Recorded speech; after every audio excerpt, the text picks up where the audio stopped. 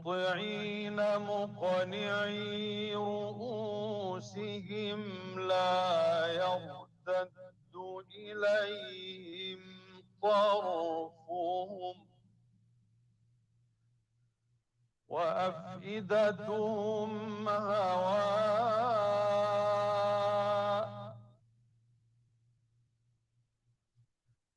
وأنذر الناس يوم يأتيهم العذاب فيقول الذين ظلموا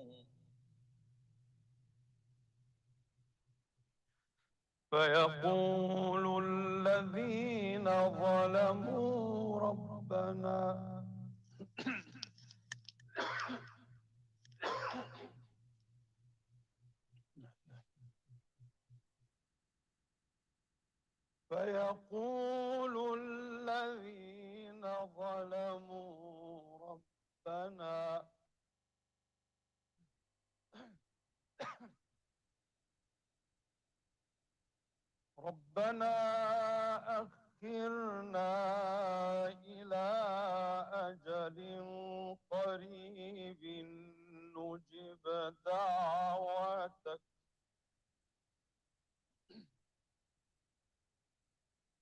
نجب دعوتك ونتبع الرسل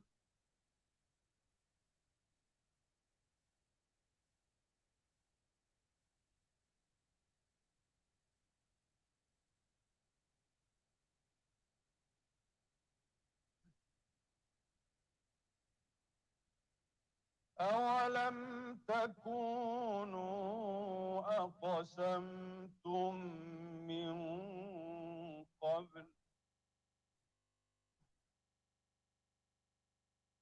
أقسمتم من قبل ما لكم من زوال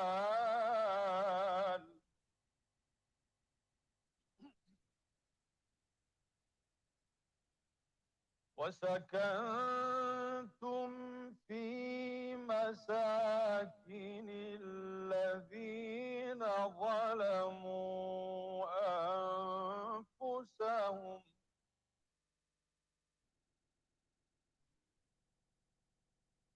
وتبين لكم كيف فعلنا بهم وضربنا لكم الأمثال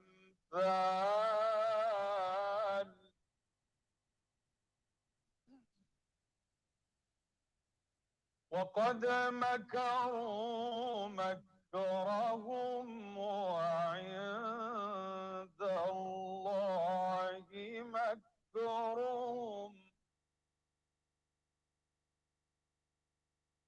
وإن كان مكرهم لتزول منه الجبال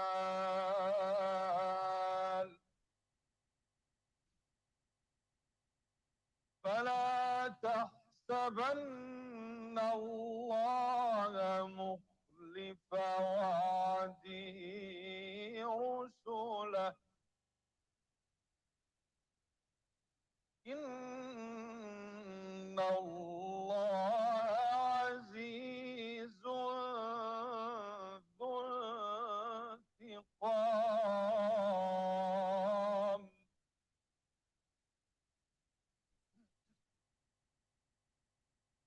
يوم تبدل الأرض غير الأرض والسماوات وبرزوا لله الواحد القهار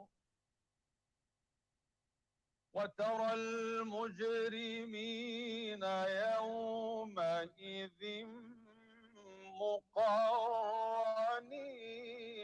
في الأصفاد.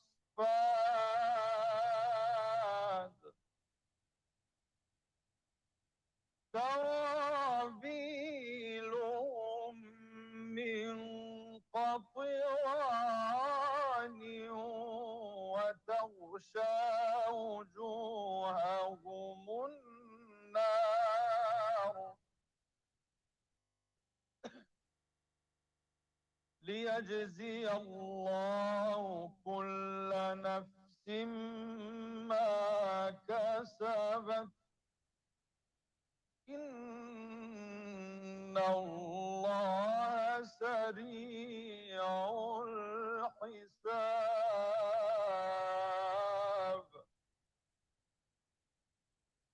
هذا بلاغ للناس ولينذروا به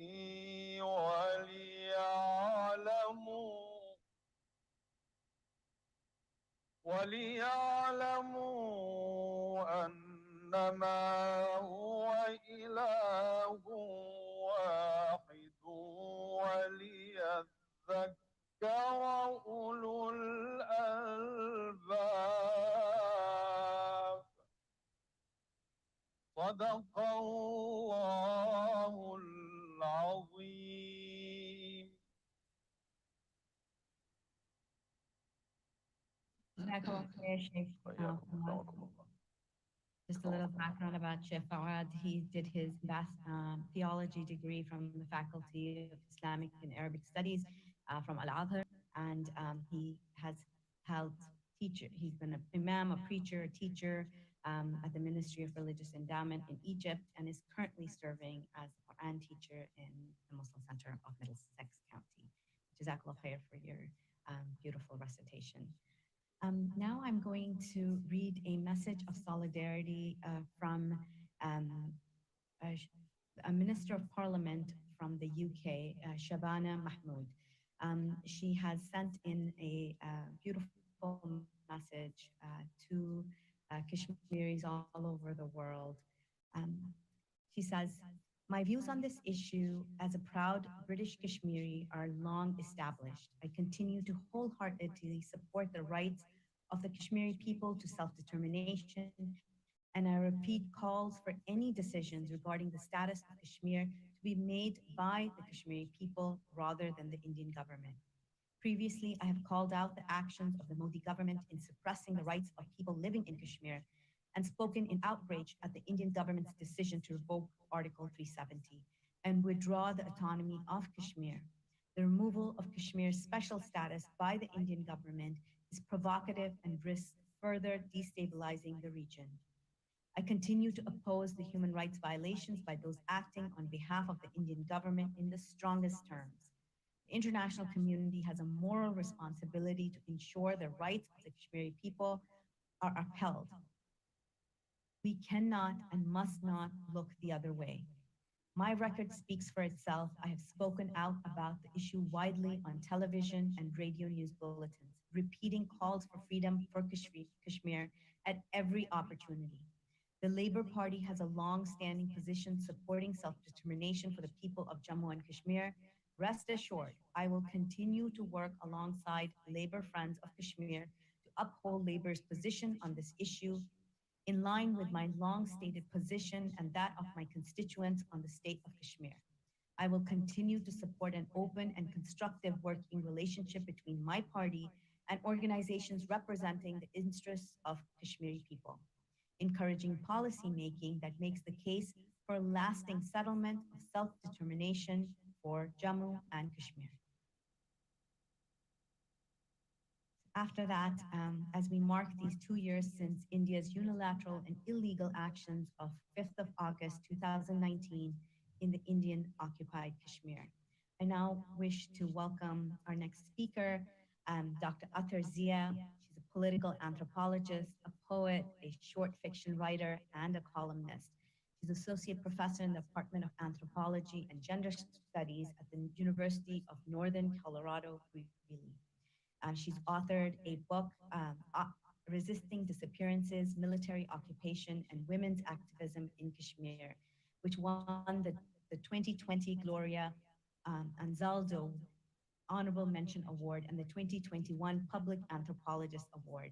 She was also Justice for All's Hero honoring our hero for 2021 uh, on behalf of the Kashmir Action Team. Thank you so much, Dr. Atazia, for being here.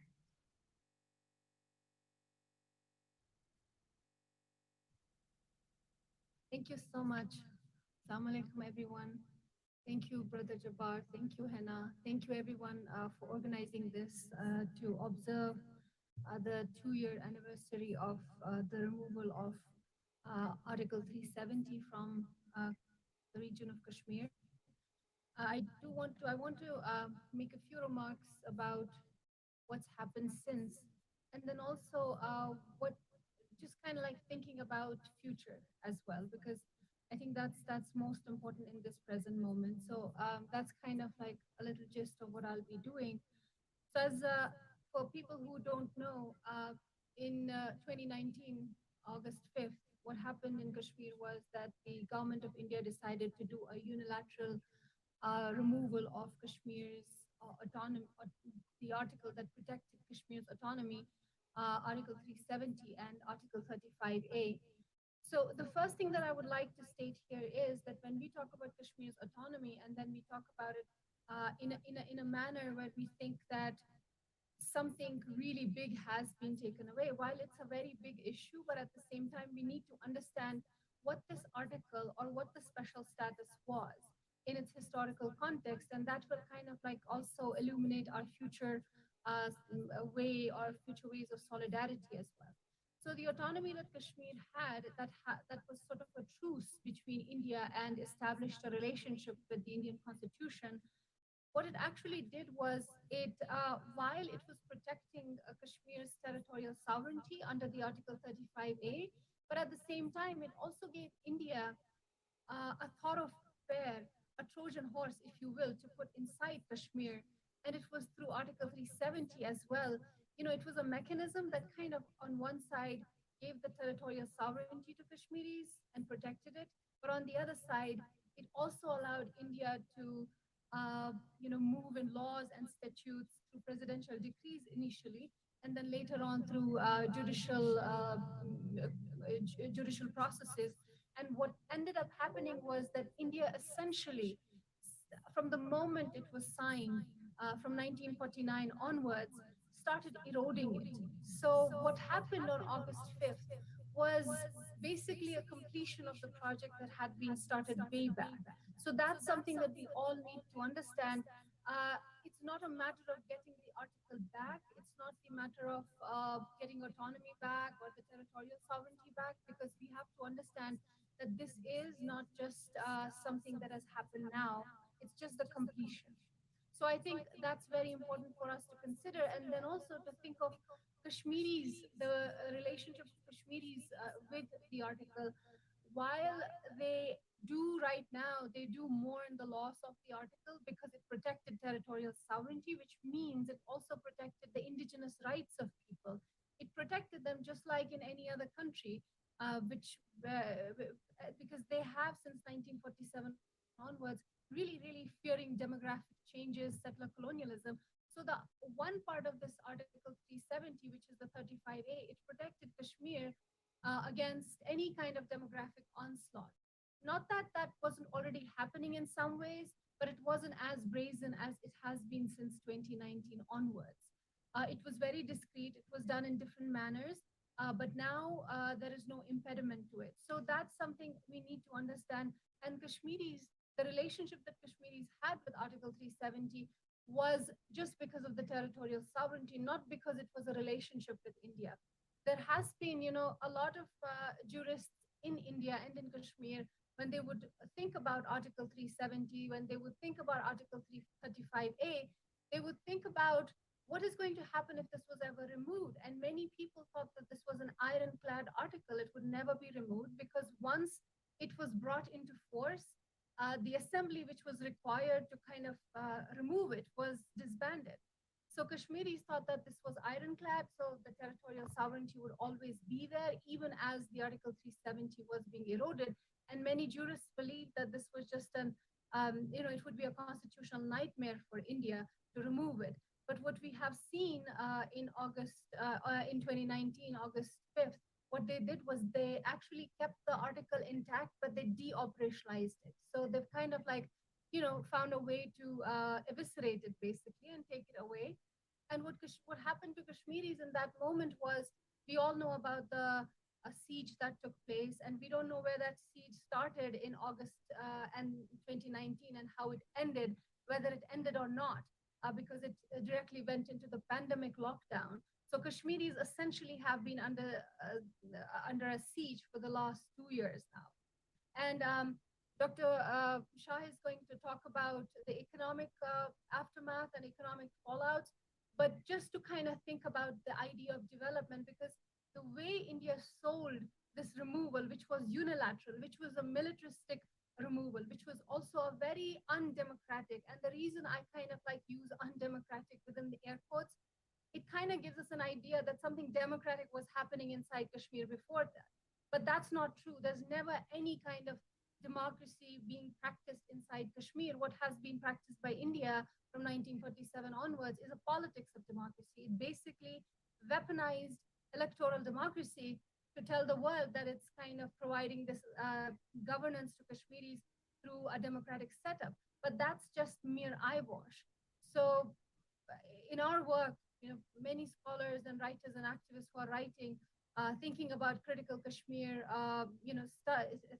thinking through critical lens about this region, they are of the opinion and they prove how India has been an annexation right from the very start. And that's another thing that we really need to think about in the aftermath of 2019, that how is it possible that you will not have any kind of people's will, you will not have the legislative assembly, you won't have any kind of consensus on board, and then you go on to remove what is essentially a people's rights. So even if we think like, even if we go back to 1947 or 1949 when this law came into effect, at that particular point in time, the client politicians who actually negotiated this truce with India, they also kind of like, wanted to save Kashmir from the Indian influx. And we kind of like trace from that moment onwards that how is it possible that in every decade India has done what it has achieved in 2019 in its utter completion, which is in every decade India has taken some form of or eviscerated this autonomy little by little. So as I said earlier, and I kind of am repeating myself here, but I think it needs to be reiterated that in 2019 this was not new to Kashmiris. There's a Kashmiri who was asked by one of the media houses about what happened to you. This was just like for his observation. A journalist was asking him like what happened on August 5th, and he said that India till now had been stabbing us in the back, but right now they stabbed us in front in 2019. So that's the only difference. And what it has done since is very damaging. Again, I reiterate, like when international community is thinking about this, thinking about solidarity, I would say that we have to really sift about what this movement is about. It's not about restoration of autonomy, so to speak. This is restoration of people's rights, people's right to self-determination, and choosing the kind of political destiny they want. And at the same time, also thinking about what has happened after 2019, which also sheds light on the intentions, the imperial neo-colonial intentions that India has on Kashmir and has always had. So the first thing that happened in haste was the change in domicile law. Early on, you had a law where Indians could not buy land inside Kashmir. They just like any other country, just like United States, no one can come in and get the right to franchise and stuff like that because there are immigration laws. There is a certain criteria for citizenship and all of that. Similar was the case with Kashmir. And here I do want to reiterate that it's not as if Indians were not coming in and doing business. There were ways, and they had already kind of conquered that side, but the legal side was still protected by Article 35A and Article 370. So what happens in 2019 is India really hastens these changes in the domicile law, which means now they have a set criteria. It's a very nominal criteria that Indians can come in and they can get the domicile status. And it's in such haste that you have to give these people, whoever applies for it, the status within 15 days. And if the bureaucrat is kind of lax on it, and bureaucratic red tape is so notorious, but in this case, India doesn't want any of that. What it does is it will fine the bureaucrat if there is going to be any delay more than 15 days for issuance of this domicile status. So now we know how fast the process has been made. And why is it that the first thing that is done in an array of other things, the first most important thing is changing of the domicile status? One Kashmiri scholar has called it in one of his earlier works, as he's kind of comparing Palestine and Kashmir, he's called this demographic terrorism, that Kashmiris fear this demographic terrorism. And now with the rubric that BJP has, and again, I reiterate, BJP has done nothing new. What it has done is the only thing is the spectacle of this military power and spectacle that it showed, and it really gloats in that. But what has happened in the last 72 years is that Congress, which was the secular party, it has done pretty much the same thing.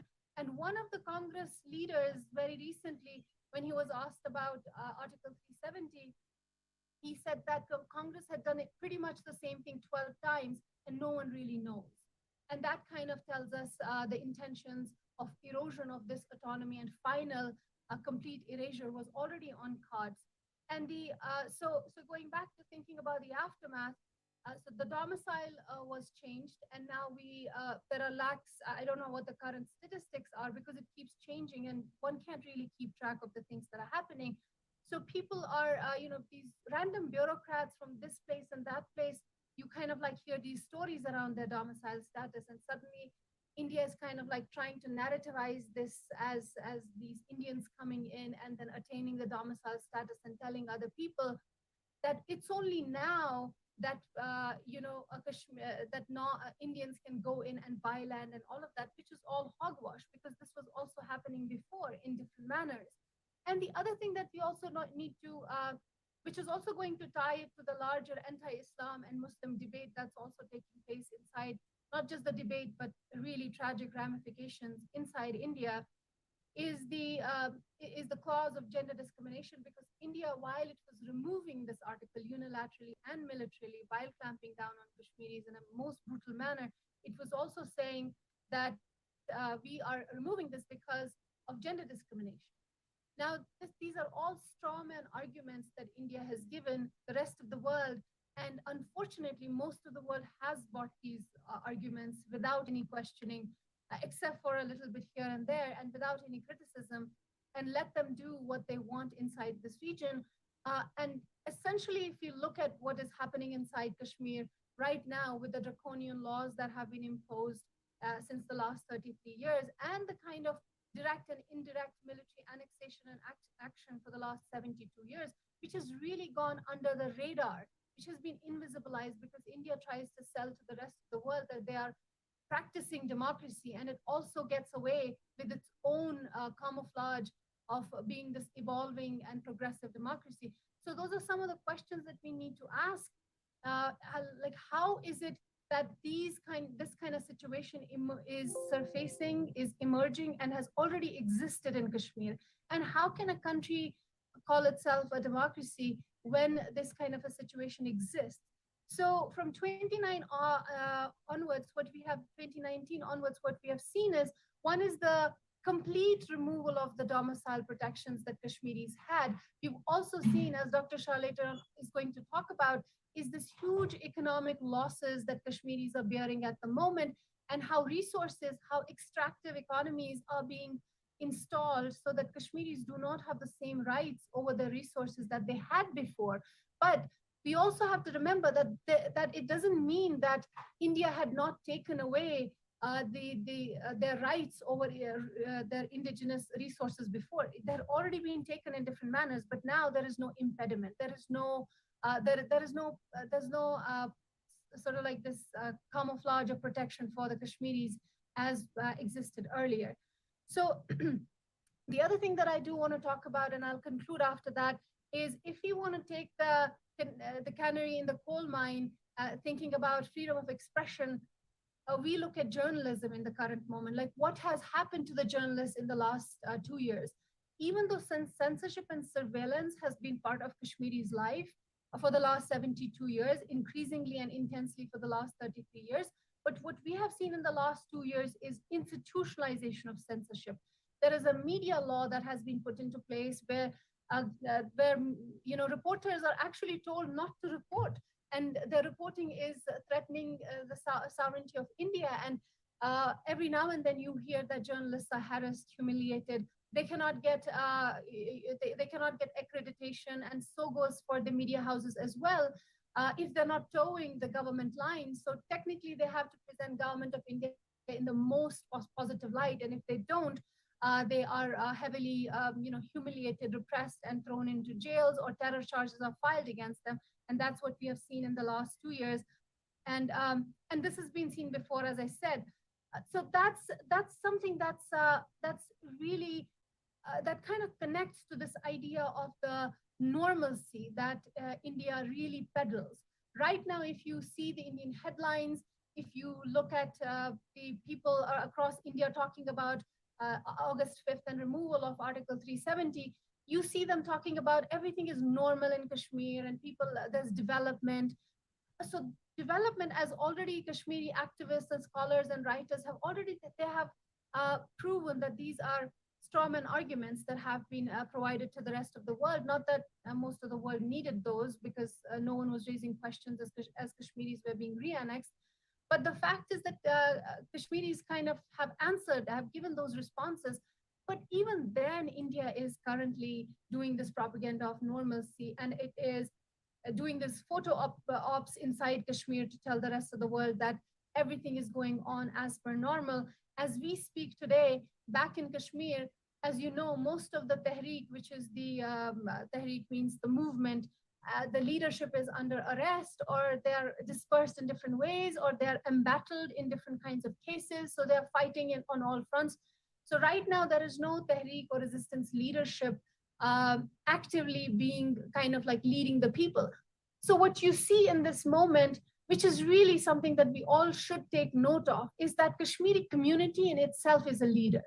They have become leaders over the last 72 years. Not that they've never were leaders, because when you have a leadership vacuum, and I don't mean to say vacuum in the sense that there are no leaders, but because there is a heavy silencing and repression of Kashmiris happening in the moment. But what Kashmiris do in these moments is they kind of like take the community takes the leadership. So what had happened was that they were observing a shutdown for August 5th, and no one comes out on the roads. It's a civil boycott. People, it's a civil curfew, so to speak. People don't come out. So it's a very peaceful kind of resistance. So Kashmiri shopkeepers, they had kept their shops closed. And what we saw since morning, which is their night, and their Twitter is awash with these clips, where the store owners, their shops are being opened by the police. They're breaking in. They're they're breaking their locks. They're breaking their shutters and making them open the stores and asking them to just maintain normalcy, be normal. And then we also heard these diktats coming from the police, where the police euphemistically was threatening Kashmiris for not doing a civil boycott. And if they did, there's going to be no government support. So you see how much euphemisms and these words are being deployed to kind of like very diplomatically sort of threaten Kashmiris. And also, of course, with direct violence as well, but at the same time, just for the international community. And we also saw recently, because there was push from the Biden administration, and there's also push from other international fora to kind of restore some semblance, because the world doesn't need democracy. It needs semblance. It needs camouflage of democracy. And India was ready to give it to them. So the client politicians inside Kashmir who peddle Indian government's politics, they were kind of called to Delhi, but then they were completely undermined. And for the last 2 years, even pro-India politicians who have carried India's water for the last 72 years, they were thrown out of the equation. So we see repression in all forms. But as I said this morning, August 5th, as we knew that many things would not be able to happen on ground in Kashmir, we saw the civil boycott had already taken place, and people had already decided themselves. This kind of shows this community as a leader and voicing their dissent in the most peaceful manner. So all is not lost. I feel what we need to do as an international, as we are speaking at an international level, so to speak, we have to think of a global solidarity that really takes cognizance of the fact that has always been a peaceful, just resistance, except when Kashmiris were pushed to the corner, and right now they're in corner as well. And the other thing is rescuing Kashmiri resistance from the slurs of terrorism. That's what India calls it, and that's how India kills Kashmiris, which are war crimes, so to speak. But then it gets away by calling every Kashmiri who shows dissent, whether they are armed or unarmed, or they are using a pen, or they're using a gun, but everyone is blanket called a terrorist. So I think we need to think about how to rescue this resistance from the slur of terrorism, and also thinking about the very heavily anti-Islam stance that India has. And we also know that what's happening inside Kashmir is on BJP's agenda, is also, of course, on an entire Indian political agenda for the longest possible time. But with BJP, it's more brazen that it is to change the nature and to change the face of Kashmir, which doesn't mean that Kashmiris don't need a syncretic society. They don't want to live in a diverse society, but it's also for them, it's also invoking the tyranny and the indentured slavery that the Muslim population lived under the previous Hindu regime, which belonged to this monarch before 1947. So we need to take cognizance of that historical fact as well. And that's where I'll stop. Thank you so much. Thank you, Dr. Athar, for your perspectives. I'm going to invite now MP Afzal Khan. He was elected the Labour MP for Manchester in 2017 and has served as the Shadow Minister for Immigration and the Shadow Foreign Office Minister in 2019 to 2020. He's also the Vice Chair of several all-party parliamentary groups, including British Muslims, Adult Social Care, Poverty, and Greater Manchester. Afzal Khan. Assalamu alaikum and good evening. I'm Afzal Khan MP, and I want to thank Justice for All US for organizing this timely seminar on Kashmir. There can be no doubt over the serious nature of the conflict in Kashmir, or the devastating number of deaths. At 73 years, the conflict in Kashmir is the longest unresolved conflict on the agenda of the UN. 2 years ago, today, the Indian government's Jammu and Kashmir reorganization bill unilaterally revoked Article 370 and replaced the autonomous state of Jammu and Kashmir with the 2 new union territories governed directly by Delhi, Jammu and Kashmir and Dr. Mubin Shah. He's the former Kashmiri Chamber of Commerce president. He's also a former political prisoner. He's going to be speaking on the economic desperation in Kashmir and its historical perspective, but especially how it has been impacted after August 5th, 2019. We're really, really pleased that you're free and you're here to speak with us. I remember the congressional meetings and the hearings that were held here in the United States, and your name came up over and over again. So we're really, really grateful to Allah subhanahu wa ta'ala that you're free and safe. Assalamu alaikum. Thank you for inviting me for this webinar, and certainly I'm allowed to speak on the economic aspect of this action by the government of India in August 2019. We have to first put it in a proper perspective, this economic downturn, and before I do that, I would like to sort of give an idea and overall view of the economy of Kashmir. You know, our economy is basically agricultural, but at the same time that we have certain sectors which are very, very important for us. economically, and there is our tourism. It is, handicrafts, horticulture, then normal as such, trade, transport, and then service industries. Now, keeping in view that the economics in Kashmir was already very bad in the sense that, because of non-settlement of Kashmir from 1947, we have to understand that Kashmir did not come to its potential.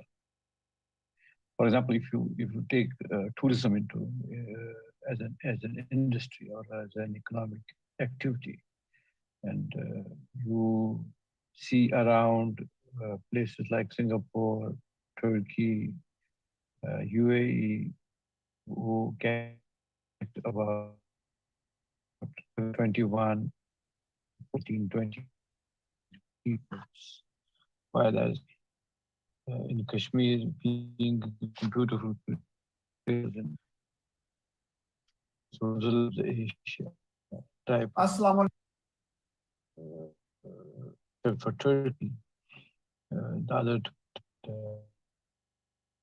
and even before you the number of pulled within the span of or three by areas, if it would have no problems. You could imagine the economic activity of Kashmir if the Kashmiri issue would have been.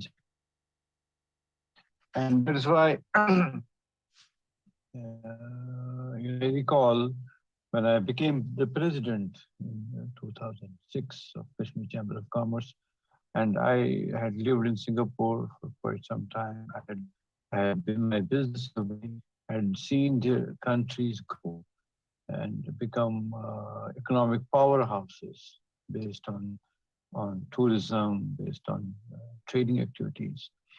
And then when I would, when I went back and wanted to do something for the economy of Kashmir.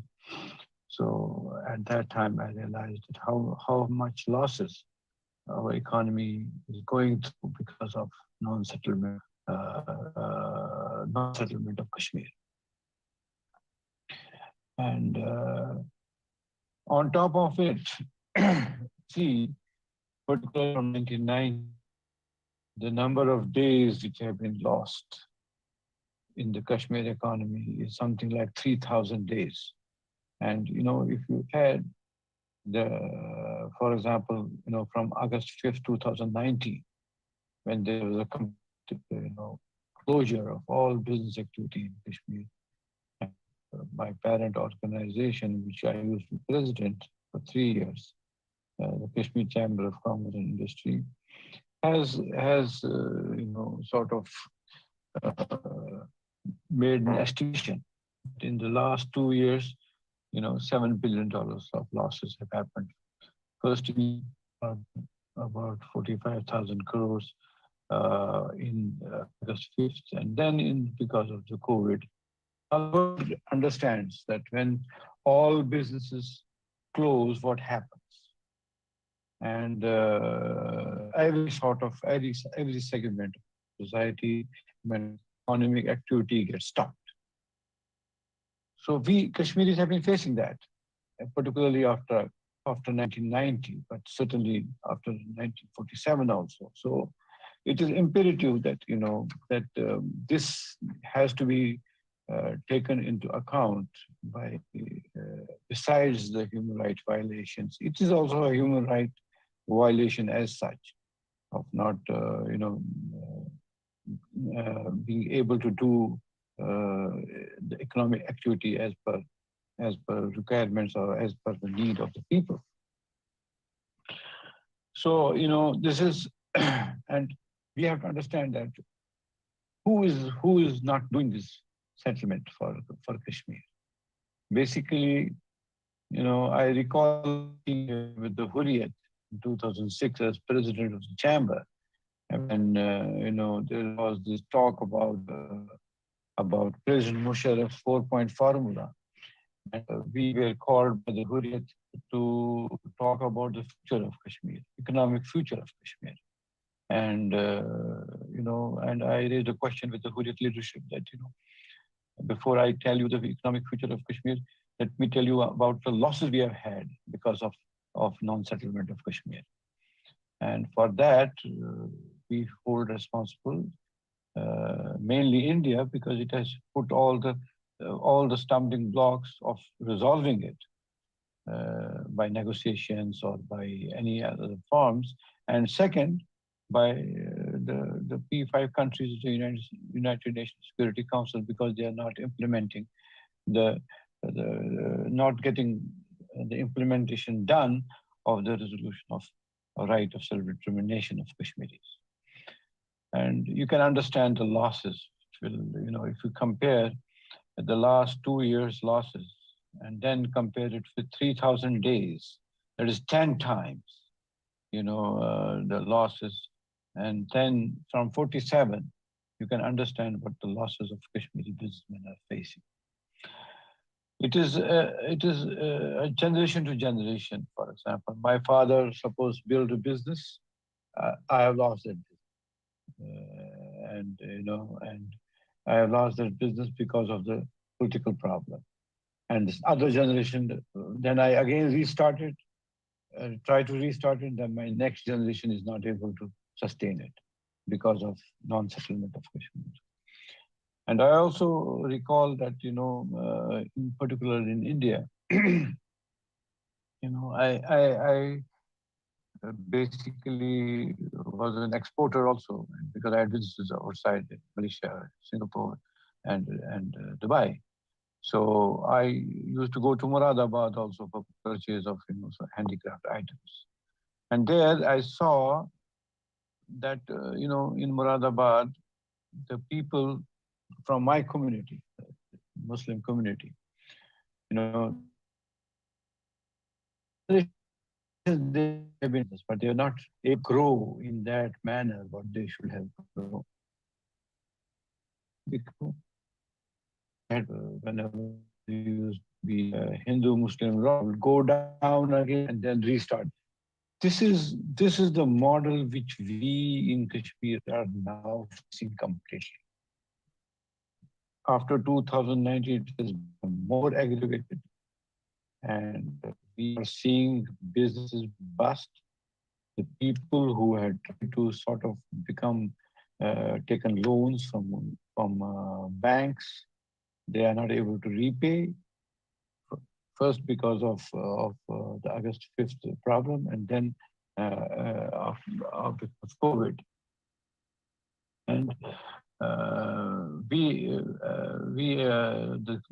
Kashmir Chamber of Commerce, for example, or any organization, tried to tell the government that it will be done, only after August 2019. But before this also, that the sickness in our industrial sector was to the range of even 90% after 1990, 95% sickness, and because of non-settlement of Kashmir.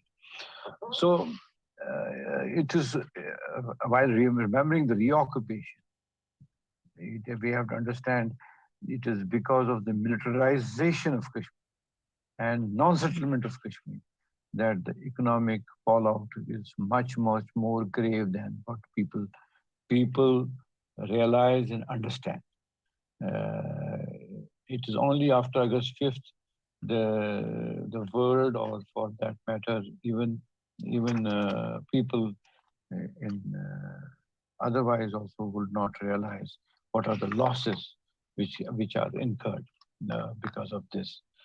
And and I will also further add on that that it is basically we have lost about, as per estimation, the number of people, 50,000 jobs lost, 500,000 jobs lost, and including 60,000 employed in the tourism and horticulture sector.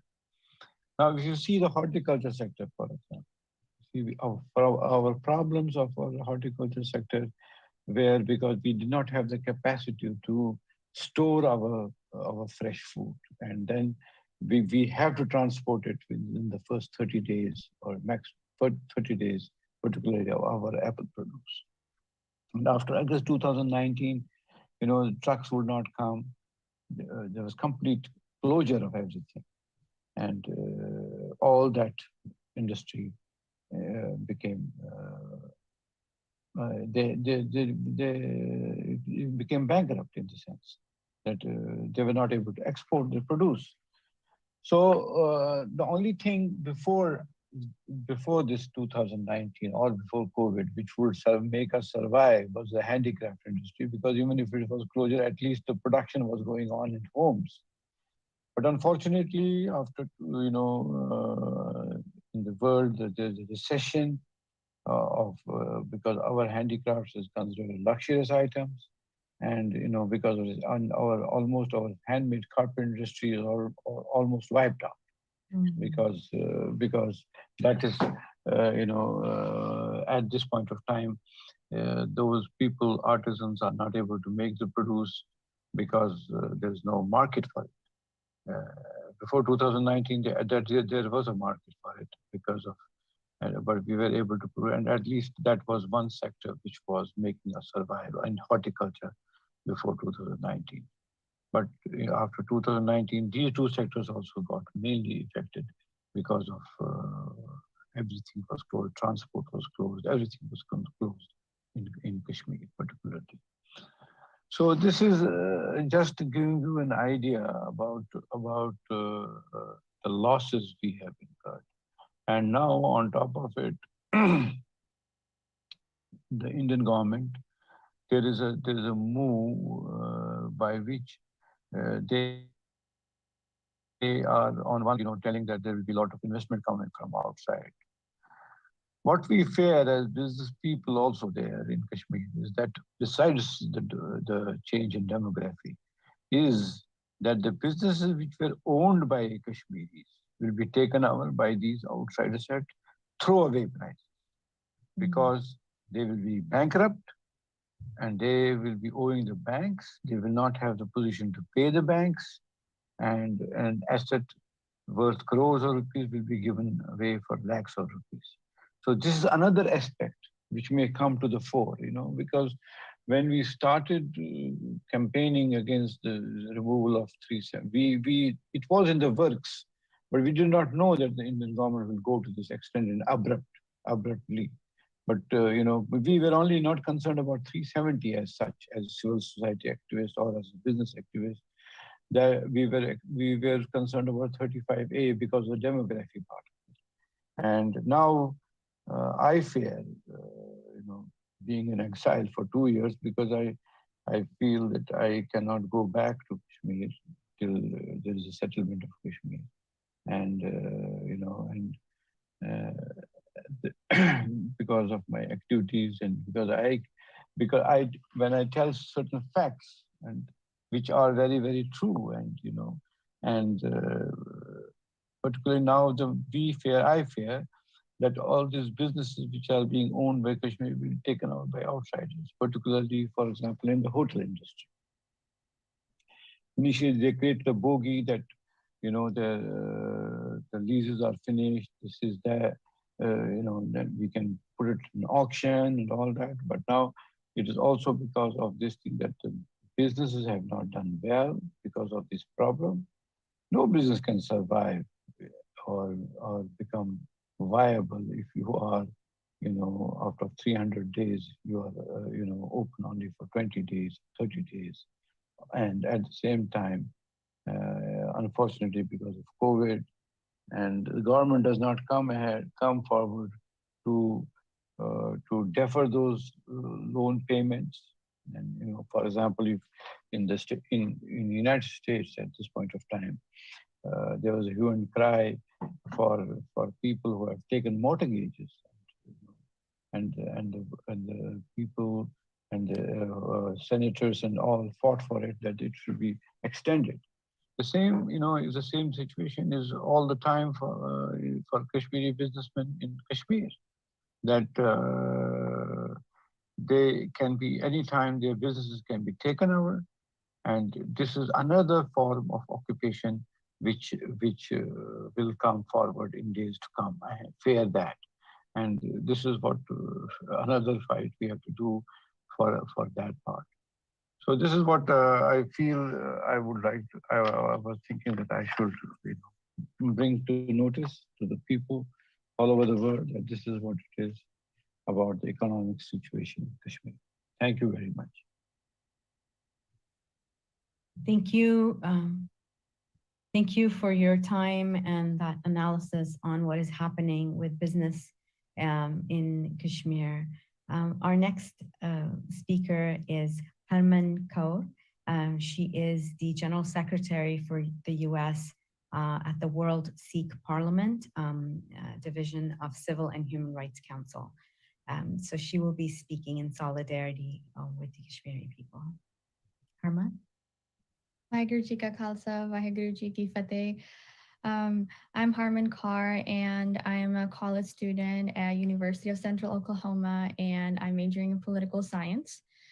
And first of all, I would like to show solidarity with our Kashmiri brothers and sisters. I'm giving the Sikh community perspective. Our struggles are pretty much, the same in the country that calls itself a secular country. And the Sikh community stands in solidarity. And first of all, I would like to look at the importance of Article 370. So Article 370 acknowledged the special status of the state of Jammu and Kashmir in terms of autonomy and its ability to formulate laws for the state's permanent residents. So in conclusion, Jammu and Kashmir had the independence to make laws and had its own identity irrespective of the central government. But unfortunately, on August 5, 2019, which is exactly 2 years ago, the Parliament of India voted in favor of a resolution tabled by the Home Minister Amit Shah to revoke the special status, which granted autonomy to Jammu and Kashmir. And to me, it's like symbolizing how the Indian government teared away the identity of Kashmir and what they stand for. And tens of thousands of additional Indian troops were deployed. Schools and colleges were shut down. Tourists were ordered to leave, and internet and telephone services were suspended, and regional political leaders were placed under house arrest. This is very similar to what the Sikh community entailed back in 1984 when Punjab faced a blackout and they attacked the holy place, the Darbar Sahib, the Golden Temple. So I can see a lot of similarities how the Indian government treats their marginalized groups like this. And the Modi government argued that it needed, like the Article 370 needed to be scraped down to integrate Kashmir and put it onto the same footing as the rest of India. So this shows that how much tolerance that the Indian government has towards groups and religions that are a minority and that those are not Hindus. So they put the veil of being a secular state in front of the world and commit heinous crimes behind it. India is no longer away from becoming how the Nazi regime was under Hitler. And this is not the first time that the Indian government has marginalized minorities. Under Modi, if you look back, there are many incidents where Babri Masjid was struck down to build a Hindu temple. Holy books of different religions like Christians and Sikhs have been burnt down, and they always play with our sentiments. In Gujarat, under Modi regime, Muslims were exterminated. They committed the genocide, and Sikhs were asked to leave their farms, and they sustain on farming, and that's the only livelihood they had in Gujarat. And there are so many incidents like this happening. And to me, as working in the Sikh community and as a college student living here and studying politics, what I see is that in conclusion, we must, minorities, religion group in India have to work together to expose India at an international level and mask off the false democracy they have. Even when 1947, whenever the Indian Constitution was made, I think so the Constitution was never made with a pure minded way, because they always started to tear down little by little every community. As other speakers have said, that Article 370 was just like, just a direct attack. They were stabbing, they were stabbing other minority groups, but this was just a direct attack now. And slowly they're coming out, and they're not being noticed by the international community. So I feel like instead of working in groups, I think so we need to, work together, show solidarity with our communities. This is not only happening with Kashmiris, they also have with Sikhs and other Dalit groups in India, and, they're not treated the same. So I feel like if we stand at one voice, we can take this issue at an international level and mask off the, the veil and the democracy that India wears and calls itself the, the largest democracy in the world. So I think so it's very important in the coming years that we stand together and work together and show and expose what India really is. So I would just like to conclude with that. Thank you. Thank you, Herman, for those heartfelt words. Now I'm going to invite Imam Abdul Malik Mujahid. He's the CEO and founder of Justice for All, the president of Sound Vision, and he's the chair emeritus of the World Parliament of Religions. Bismillah, Imam Mujahid, please take over. Assalamu alaikum wa rahmatullah. Well, thank you so much, Hina, and thank you, Dr. Abdul Jabbar, Imam Dr. Abdul Jabbar, for organizing this program. I was hearing with thoughtful information and taking notes. I am hopeful for Kashmir. And number one reason for my hope are Kashmiris themselves. Despite 90-year-long struggle for freedom, they have not given up. Their voice is stronger. Their voices are more articulate. They are more available in the academics as well as in the journalism area. As a result, the world is coming around, but it will take time, definitely. To give you more hope, I would say that Palestine issue in America is far more difficult issue. Far more difficult issue. I will not go in the detail of it, but I witnessed in Charlotte Convention of Democratic National Committee, the delegates, tens of thousands of them, how younger people were changing the discourse. And just last week, a survey came out, which was published by Brookings Institution, but it is done by University of Maryland on Palestine issue. And they say young people with the margin of 1 to 3 want America to side with Palestinian. So they ask a question, should America side with Israel? Should it stand neutral, or should it side with Palestinian? So younger people, 1 to 3 margin, are in support of United States siding. President Biden has consistently approval rating. Accept this issue. When question was asked, how was his handling of Gaza? A majority of Americans said no, he was not successful, majority. Give you an example among Republicans. Republicans have 10%, 8 to 10% approval rating of President Biden. But on this particular issue, 20% Republican thought President Biden failed. In America, Palestine is far difficult issue. but it is changing. How is it changing? Because of awareness, education, which we give less importance, but it should be given much more importance. And of course, dedication of some people and openness of Palestinian, allowing everybody to speak on this issue. So as a result, there are literally hundreds of organizations in this country who work on Palestinian issue. Not all are Muslim, not all of them are Muslim. Actually, there are very few Muslim groups. And that change and transform. In that way, I think Kashmir issue is at the threshold of becoming an international issue. Yes, Pakistan and Kashmiris want United Nations resolution to be implemented. And Nehru promised that my promise not only to Kashmiri people, but to the whole world is that Kashmiris will decide about their future. They lied.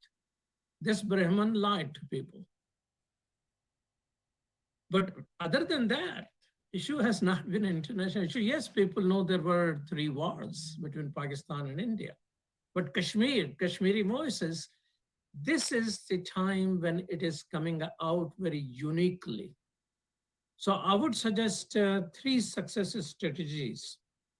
First strategy is communication, mastering art and technology of communication to tell the story of Kashmir.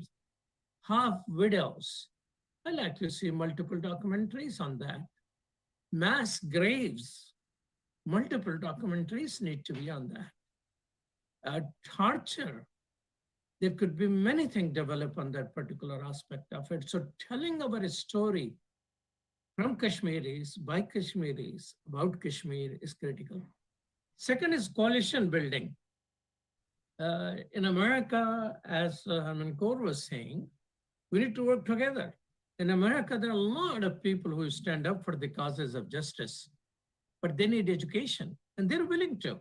I remember I'm an anti-war person and part of, had Muslim Network, Muslim Peace Coalition and all that.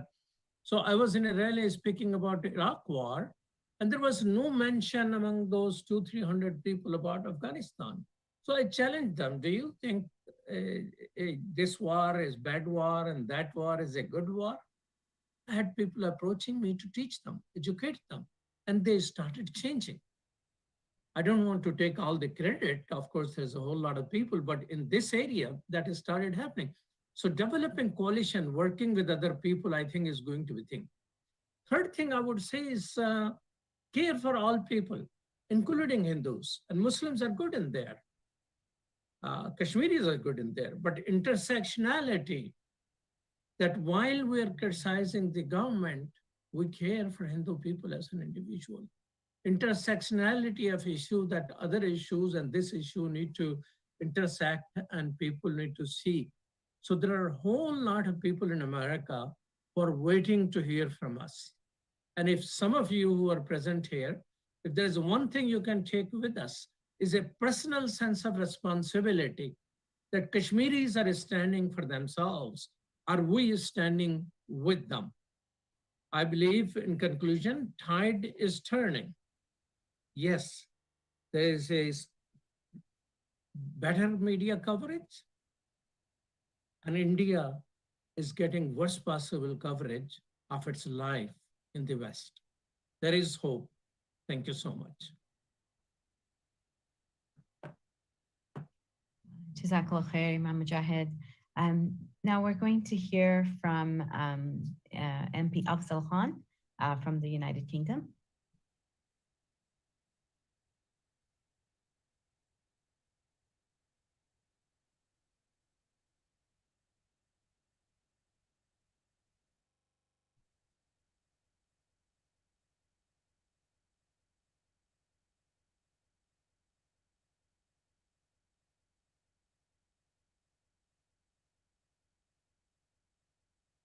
Assalamu alaikum and good evening. I'm Afzal Khan MP, and I want to thank Justice for All US for organizing this timely seminar on Kashmir. There can be no doubt over the serious nature of the conflict in Kashmir, or the devastating number of deaths. At 73 years, the conflict in Kashmir is the longest unresolved conflict on the agenda of the UN. 2 years ago, today, the Indian government's Jammu and Kashmir reorganization bill unilaterally revoked Article 370 and replaced the autonomous state of Jammu and Kashmir with the 2 new union territories governed directly by Delhi, Jammu and Kashmir, and Ladakh. Further to this, Jammu and Kashmir have been in an Indian Army-imposed lockdown, with the Indian government citing security risks and the need to prevent violence. The lockdown, along with the communications blackout, which has had a profound and far-reaching impact on every aspect of life in Kashmir, including health service, economy, school closures, and press freedom. This militarization of occupied Kashmir is the highest concentration of military anywhere in the world. And you have a conflict of 3 countries, India, Pakistan, and China. All 3 are a nuclear power and have gone to war on this territory. So I think in addition to this, the forced closure of Amnesty International in India, a reputable human rights organization, indicates the lack of accountability and the deterioration of human rights in India. The BJP government continues its onslaught on minorities. Now, whether it is the Kashmiris, Dalits, Christians, or Sikh, they continue to violate international law. And I am deeply worried that if they continue on this trajectory, India will be far from the largest democracy it once claimed to be.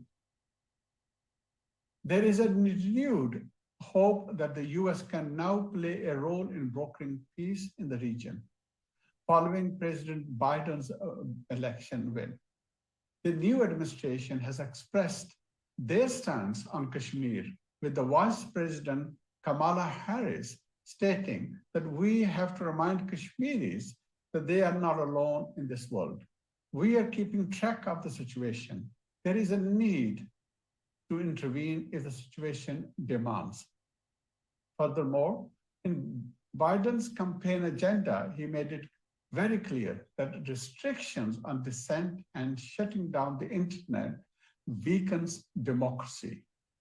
I certainly hope that these words are followed by tangible action and that the voices of our Kashmiri brothers and sisters in the US are heard. I also think there is a great potential for a bilateral efforts between the UK and US, and is something which I would be very keen to explore. It's important that today we express solidarity with the Kashmiris and ensure we raise awareness of this long-standing conflict. As the parliamentary chair of the Labour Muslim Network and the vice chair of the All-Party Parliamentary Group on Kashmir, I reaffirm my commitment to the Kashmiri cause and promise to continue raising this important issue in the British Parliament. I will continue to do this for my Kashmiri brothers and sisters till they are free to live peacefully in the country of their choice and the way they want to live their life. Thank you.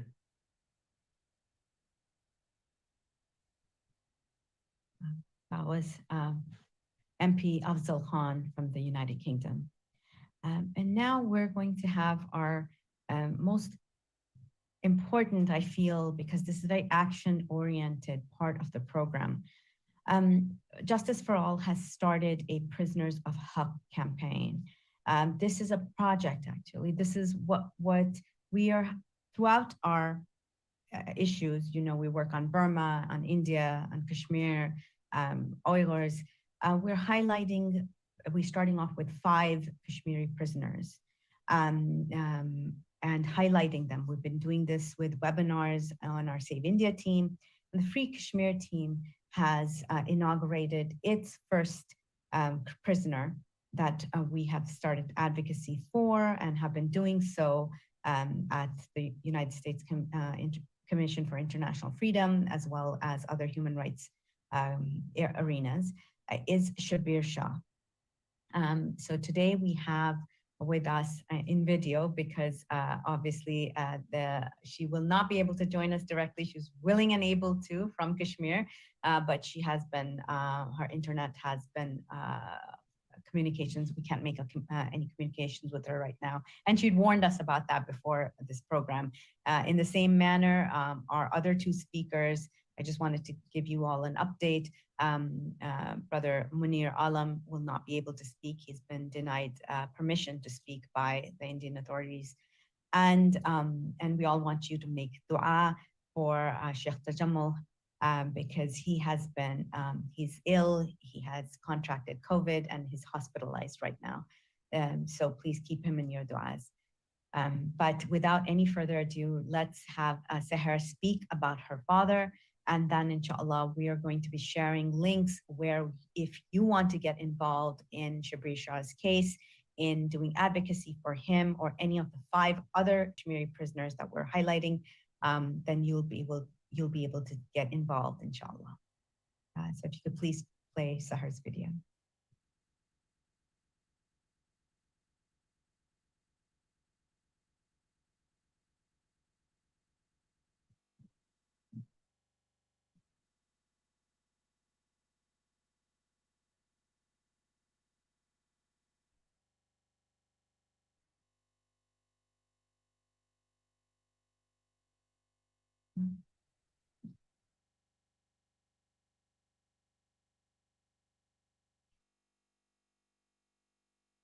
I have placed in the chat box a link to Shabir Shah's campaign page on our website. And there is a form there. And if you would like to get involved, please do fill out that form. And we'll be reaching out to you with ways that you can get involved.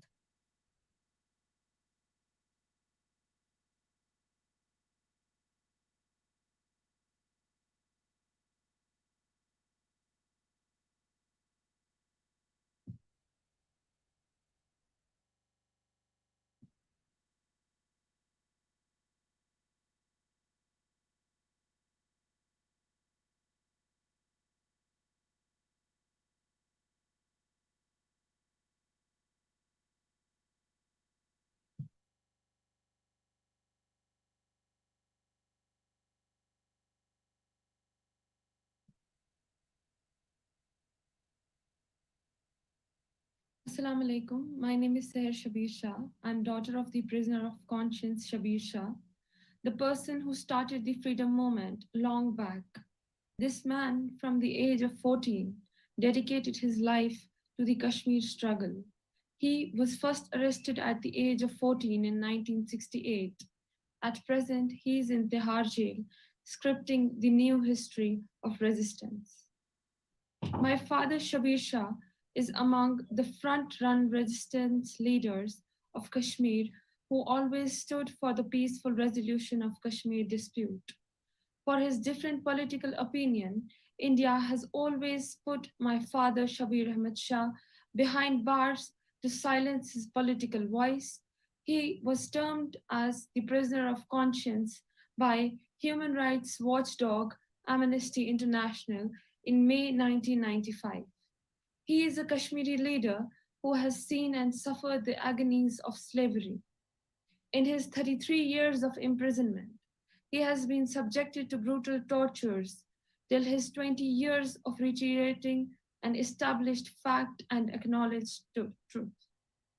Shabir Shah has exhibited high qualities of patience, perseverance, gentleness, and sobriety. He was subjected to torture in the most notorious interrogation centers and prisons all over India. Not only him, but also his entire family had to pay a huge price, including his father's custodial killing. He spent his life languishing in jails all over India with no proved case against him. He was also known as the Nelson Mandela of Kashmir when he completed 20 years in prison. But now he has broken the record. He has spent more than 33 years of his life in prison for the Kashmir cause. Despite of innumerable and continuous miseries brought to him, he remains steadfast, strong, brave, and unshakable in his commitment towards a cause for which he has given his life. He remains untired and his resolve remains as strong as and fresh as it was 50 years back when he started his long and just struggle towards a much cherished goal of resolving the Kashmir issue. He has led from the front and has always been in harm's way. Away from the limelight, he continues to languish in Indian jails in pathetic conditions. Whenever he was free from jails, he talked about unity amongst Kashmiris for carrying forward the mission of freedom in extreme and warlike conditions. He has always stood for peaceful methods of resolving the Kashmir dispute. He has never shied away from talks with anyone who is willing to talk about Kashmir, always portraying the real picture of the plight of Kashmiris and the dark future of the subcontinent without resolving the core issue of Kashmir. He has talked to all the former prime ministers of India, foreign dignitaries, including senior George Bush, diplomats, and leaders across the globe who understand the nuances of Kashmir problem. He has never been provided with a passport so that he could travel and let the civilized people around the world to listen to our plight and raise our voice in the corridors of powers of the world for resolution of complex Kashmir issue.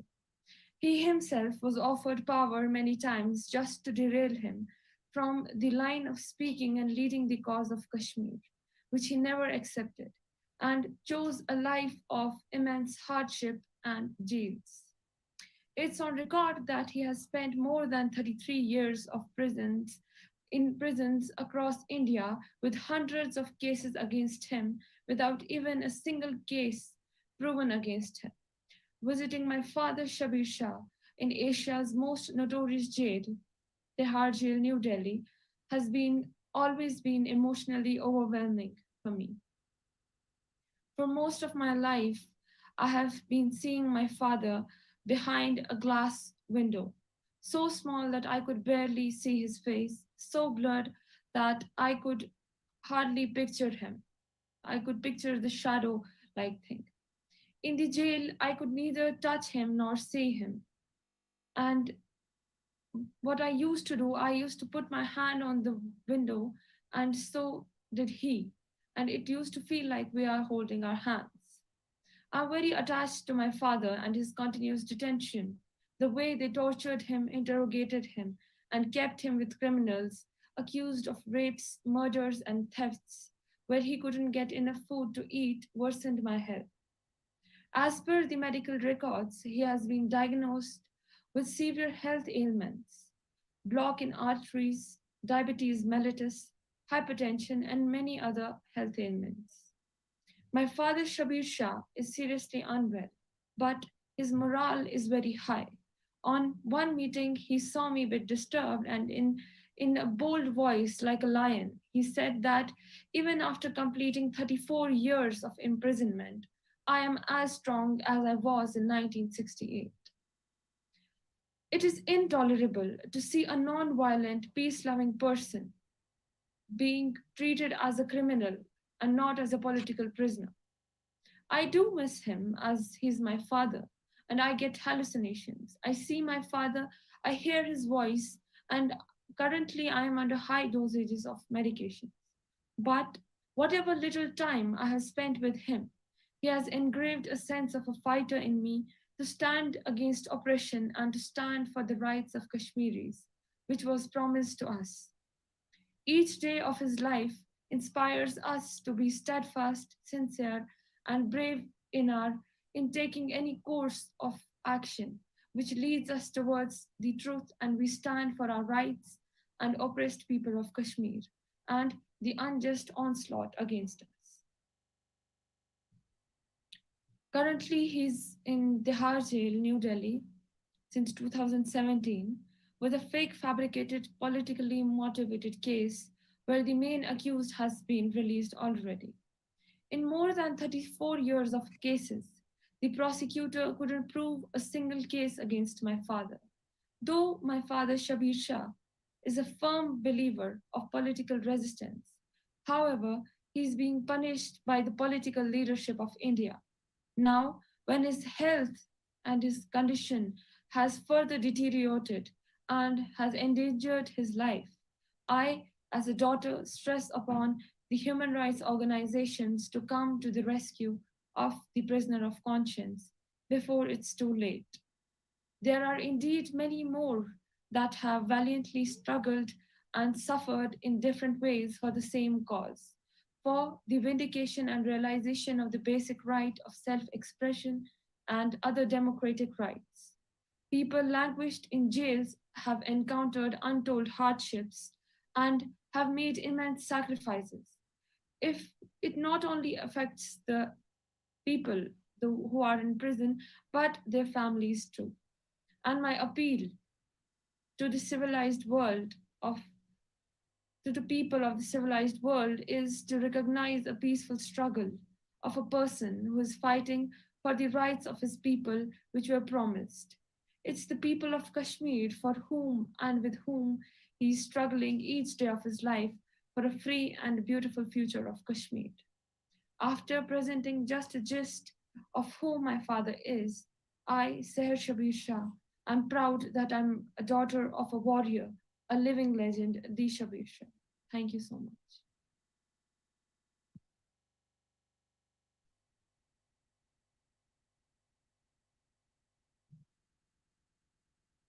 Thank you so much, Sahar, for your strength. And so this is a commitment that we're making to work on and push for the release of Shabir Shah. And hopefully all of you have received the link that you can sign in if you want to get involved with this, inshallah. We don't have a lot of time left, and so I think I'm going to defer my very short presentation on the Kashmiri prisoners of conscience that we have chosen to be working on. Inshallah, we will follow up with another panel on this and be sharing toolkits on that. But for those of you who are on this call, please share this. A lot of people always ask, what can we do? What can we do, right? So this is something that you can do. This is something that you can get involved in. Some of the other to-do lists that we have shared with you, action items, is there's a khutbah developed for Kashmir that we would like you to send to your khatibs, your imams, your local masjid leadership, and ask them to remember Kashmir and Kashmiris in their next khutbah. So that link has already been shared. If you're in Canada, there's a whole entire link of action items that we have shared in the chat box. And in any case, the one, as you heard Sahar spoke, I had like shivers down my spine just thinking of what all this family has gone through. We owe it to them. We owe it to Asya Andrabi. We owe it to Asif Sultan. We owe it to Sister Sophie and to the others that are languishing in prisons. And things can be done. Prisoners have been released. So let's get to work, inshallah. So I'd like to call on Imam Abdul Jabbar, our team lead, and who's put together this wonderful program to finish the night tonight, inshallah, remembering God with a beautiful dua, inshallah.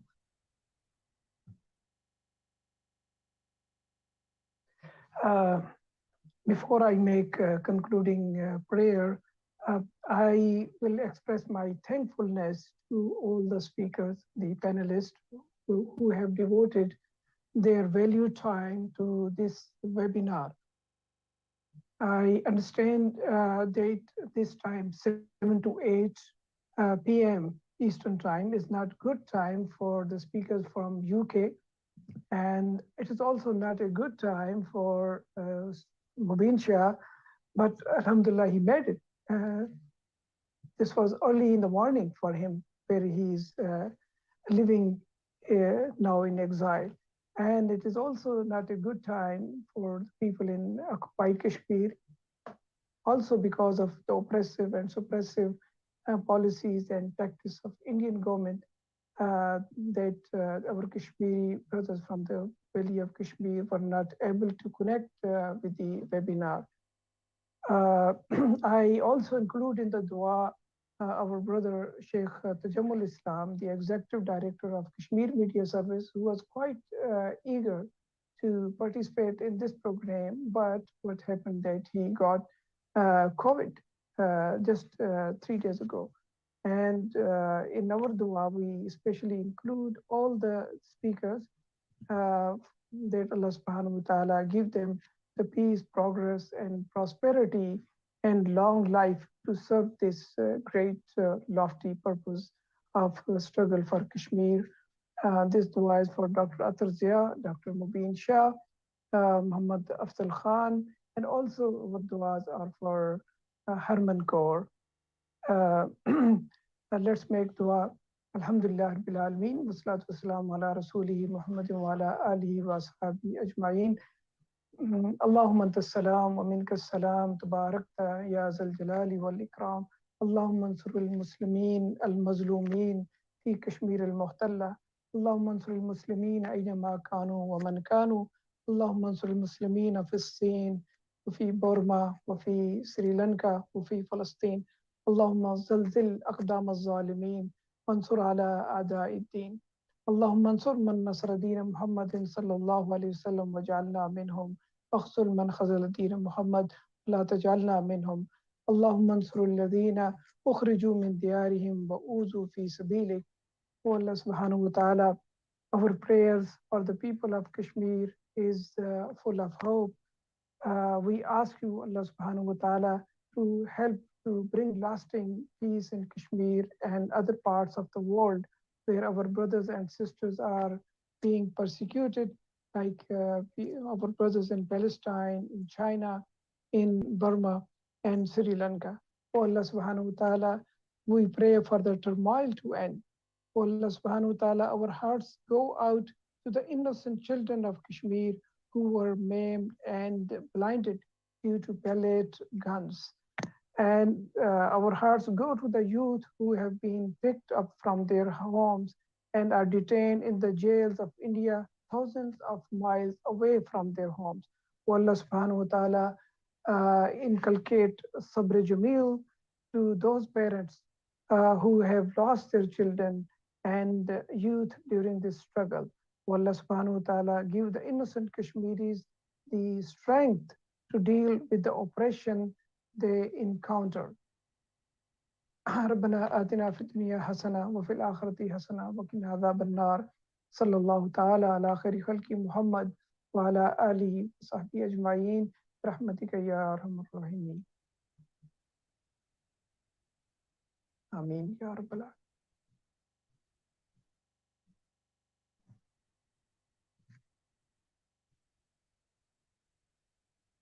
Jazakallah khair, Sheikh Abdul Jabbar.